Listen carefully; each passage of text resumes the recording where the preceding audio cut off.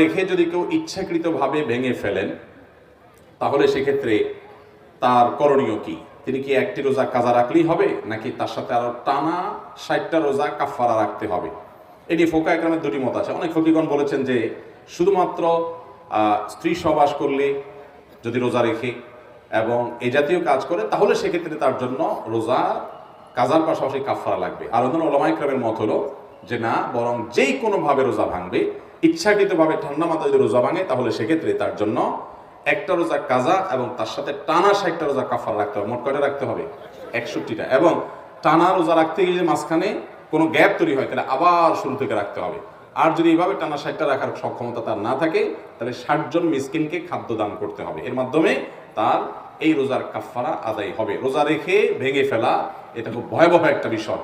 একেবারে রাখলো না কেউ, আল্লাহর কাছে মাফ চাইলো, কাজা আদায় করলো, আল্লাহ মাফ করতেও পারেন, কিন্তু রাখার পরে এরপর ভেঙে ফেলা, বিশেষ করে অলসতার কারণে, কেউ ভেঙে ফেললো অসুস্থতার কারণে, দেয়ালে পিঠ থেকে গেছে, জীবন অবসান হওয়ার আশঙ্কাও তৈরি হয়েছে, তার জন্য জায়েজ আছে, তিনি ভেঙে ফেলতে পারেন, কিন্তু ঠুনকো অজুহাতে রোজা ভেঙে ফেলা জায়েজ নয়।